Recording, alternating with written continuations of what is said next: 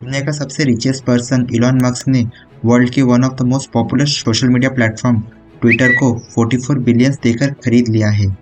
खरीदते ही Elon Musk ने सबसे पहला काम किया ट्विटर के सीईओ पराग अग्रवाल को फायर करने का। साथ ही साथ ढेर सारे एम्प्लॉयज़ के एग्रीमेंट को भी टर्मिनेट कर दिया गया है ट्विटर से।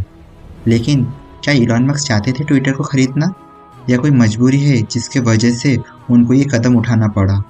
और ये डिसीजन कितना अफेक्ट करेगा ट्विटर के फ्यूचर को, क्योंकि इलॉन मस्क के ट्विटर को लेने से पहले ट्विटर ने इलॉन मस्क पे कोर्ट केस किया था। तो चलिए आज के वीडियो में one of the most dramatical deal के पीछे का असली सच को जानते हैं। ये पूरा केस शुरू होता है 31 जनवरी 2022 को, जब इलॉन मस्क ने ट्विटर में अपना पहला स्टेक लिया। फिर कुछ महीनों तक इलॉन मस्क ने ट्विटर पे अपना स्टेक बढ़ाते गए, लेकिन इस पॉइंट ऑफ टाइम तक जनता को ये नहीं पता था कि इलॉन मस्क का ट्विटर में कोई स्टेक है। ये एक सीक्रेट था। 14 मार्च तक आते आते इनका स्टेक 5% क्रॉस कर चुका था। अमेरिका के सिक्योरिटी एंड कम्युनिटी एक्सचेंज के अकॉर्डिंग जब स्टेक 5% से ऊपर हो जाता है तब इस बात को सबके सामने डिस्क्लोज करना पड़ता है। 24 मार्च को इलॉन मस्क ट्विटर को यूज़ करते हैं ट्विटर को ही क्रिटिसाइज करने के लिए, और उनका सबसे बड़ा एजेंडा था फ्री स्पीच।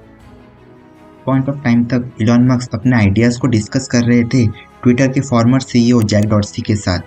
शुरुआती समय में जैक डॉर्सी इलॉन मस्क के फेवर में दिखे थे, क्योंकि जैक डॉर्सी को उनका आइडिया बहुत अच्छा लगा था कि इलॉन मस्क कितना पैशनेट है फ्री स्पीच को लेकर। हालांकि जैक डॉर्सी उस पॉइंट ऑफ टाइम तक सीईओ नहीं थे और पराग अग्रवाल ट्विटर के नए सीईओ बन चुके थे। 3 अप्रैल को इलॉन मस्क अपने आइडियाज़ पराग अग्रवाल ट्विटर के दूसरे बोर्ड मेंबर्स के सामने रखते हैं। वो कहते हैं कि या तो ट्विटर को प्राइवेट कंपनी कर लो, या नया राइवल सोशल मीडिया प्लेटफॉर्म बनाया जाए ट्विटर के अगेंस्ट कम्पीट करने के लिए। अगले ही दिन 4 अप्रैल को पता चलता है कि इलॉन मस्क का एक बहुत बड़ा स्टेक ट्विटर में है। वो 9.2% स्टेक खरीद चुके हैं ट्विटर में और ऑलरेडी कंपनी के सबसे बड़े शेयर होल्डर बन चुके हैं। इस अनाउंसमेंट के बाद ट्विटर का जो स्टॉक प्राइस है वो एकदम से ऊपर चला जाता है। ऑन 5 अप्रैल ट्विटर के बोर्ड मेंबर इलॉन मस्क को ट्विटर के बोर्ड पर सीट ऑफर करते हैं और इलॉन मस्क इसे एक्सेप्ट कर लेते हैं। सिर्फ 4 दिन बाद 9 अप्रैल को इलॉन मस्क ट्विटर पे ट्वीट करते हैं, इस ट्विटर डाइंग?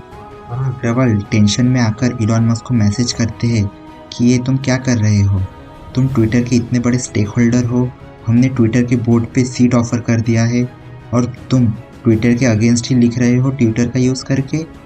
1 घंटे के अंदर इलॉन मस्क का रिप्लाई आता है, मैं बोर्ड को ज्वाइन नहीं कर रहा हूँ, ये एक वेस्ट ऑफ टाइम है।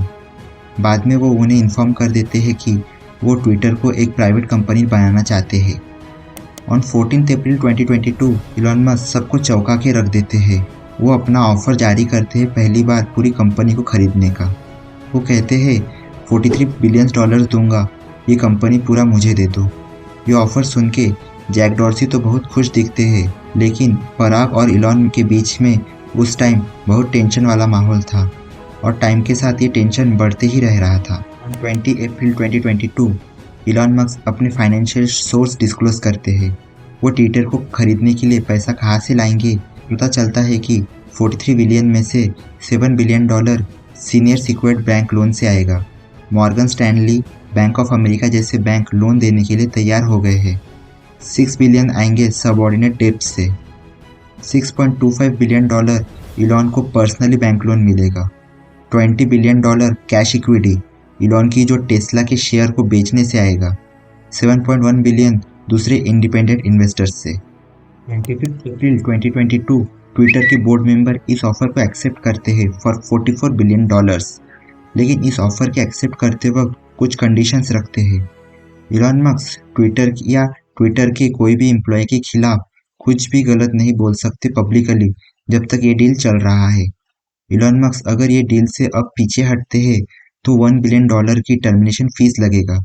मतलब अगर इलॉन मस्क इस डील को टर्मिनेट करना चाहे तो उन्हें 1 बिलियन डॉलर देना पड़ेगा। इस डील के मुकाबले पराग अग्रवाल को 39 मिलियन डॉलर्स मिलते और जैक डॉर्सी को 978 मिलियन डॉलर्स। सुन के लग रहा होगा कि चलो हैप्पी एंडिंग हो गया है, लेकिन 13 मई 2022 को कहानी में एक ट्विस्ट आता है। इलॉन मस्क इस डील को होल्ड पर डाल देते हैं और कारण देते हैं कि कुछ रिपोर्ट्स निकल के आया है जो ये क्लेम कर रही है कि ट्विटर के 5% यूजर्स बॉट है। जुलाई के महीने में सिक्योरिटी एक्सचेंज कमीशन ट्विटर को ये कहते हैं कि इलॉन मस्क को बॉट का ओरिजिनल डेटा प्रोवाइड करो। एस्टिमेट बताओ कि कितने बॉट अकाउंट है ट्विटर पर। 7 जुलाई ट्विटर पब्लिक को बताते हैं कि हर दिन 1 मिलियन बॉट्स हटाए जाते हैं ट्विटर प्लेटफॉर्म से।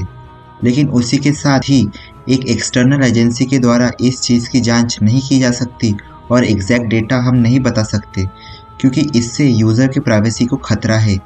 ये सुनकर अगले ही दिन इलॉन मस्क इस डील को टर्मिनेट कर देते हैं और इस रिस्पॉन्स में ट्विटर एक कोर्ट केस कर देता है इलॉन मस्क के अगेंस्ट।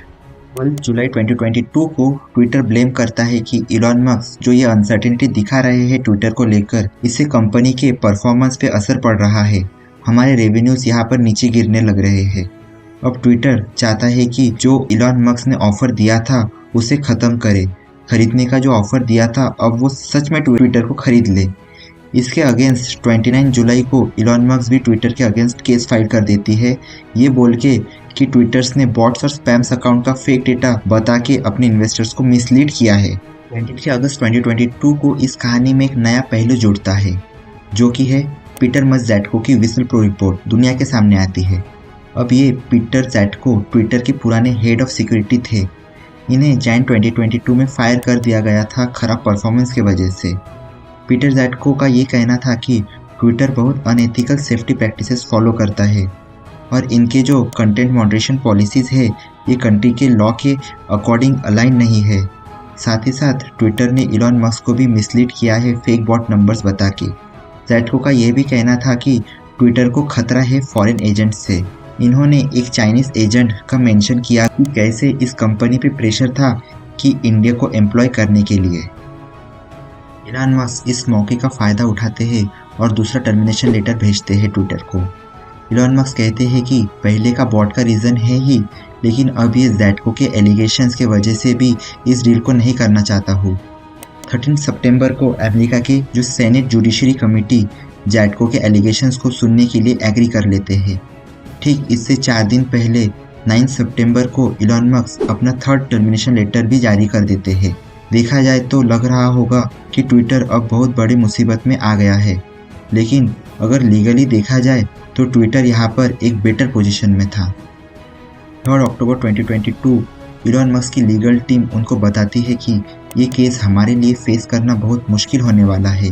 ट्विटर में कोई भी ऐसा चेंजेस नहीं आया जो केस को हमारे फेवर में रखे और हमारे पास कोई कॉन्क्रीट रीज़न नहीं बन सकता कि हम इस डील को कैंसिल करें।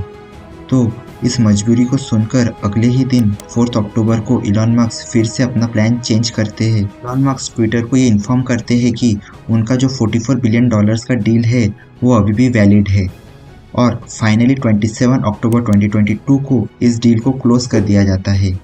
इलॉन मस्क ऑफिशियली ट्विटर को खरीद लेते हैं। उसी दिन ये खबर आता है कि उन्होंने CEO पराग अग्रवाल को फायर कर दिया है। इसके अलावा CFO चीफ लीगल ऑफिसर और जनरल काउंसिल को भी फायर कर दिया जाता है। इलॉन मस्क खुद CEO बन जाते हैं ट्विटर के। इलॉन मस्क अब ट्विटर के लिए अपना प्लान डिस्कस करते हैं, जिसमें वो बताते हैं कि ट्विटर को अब चेंज करके दूसरे सोशल मीडिया प्लेटफॉर्म के जैसा बनाया जाए, जिसमें ट्वीट तो हो ही, लेकिन इसके साथ chatting, video call, video games खेलना और पेमेंट भी कर सके। इलॉन मस्क ये भी बताते हैं कि अब ये वेरीफाइड ब्लू टिक साइन जो सिर्फ फेमस और पॉपुलर लोगों को मिलता था, अब वो सबको दे देंगे सिर्फ $8 पर मंथ के सब्सक्रिप्शन पे। सुनने में आ रहा है कि इलॉन मस्क बहुत गिल्टी फील कर रहे हैं ट्विटर को खरीद के, इसीलिए वो अब ऐसे चेंज करके पैसा को रिकवर करना चाहते हैं। लेकिन ये बदलाव कितना हद तक ट्विटर को अफेक्ट करेगा और ट्विटर का फ्यूचर कैसा होगा, क्या ट्विटर का यहाँ एंड होने वाला है, ये सब चीज़ें तो टाइम के साथ ही पता चलेगा। ऐसे ही एक और इंटरेस्टिंग कहानी है रतन टाटा और अडानी के बीच में भी पावर सेक्टर को लेकर। अगर आप वो जानना चाहते हैं तो लेफ्ट वाली वीडियो पे क्लिक करें।